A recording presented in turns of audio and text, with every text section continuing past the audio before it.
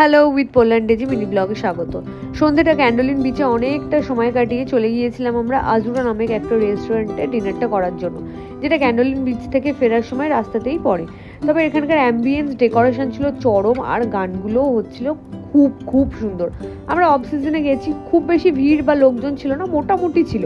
এখানে আমরা দুখানা পিৎজা অর্ডার করেছিলাম, একটা পর্ক পিৎজা, একটা হচ্ছে চিকেন পিৎজা। বাট পিৎজা খাচ্ছি কি পাঁপড় ভাজা খাচ্ছি ধরতেই পারবেন না।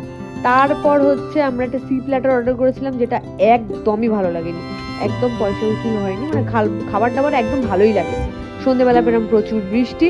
পরের দিন সকালে আবার রেডি হয়ে বেরিয়ে পড়েছি, যাচ্ছি ঘুরতে, সাইট সিইং।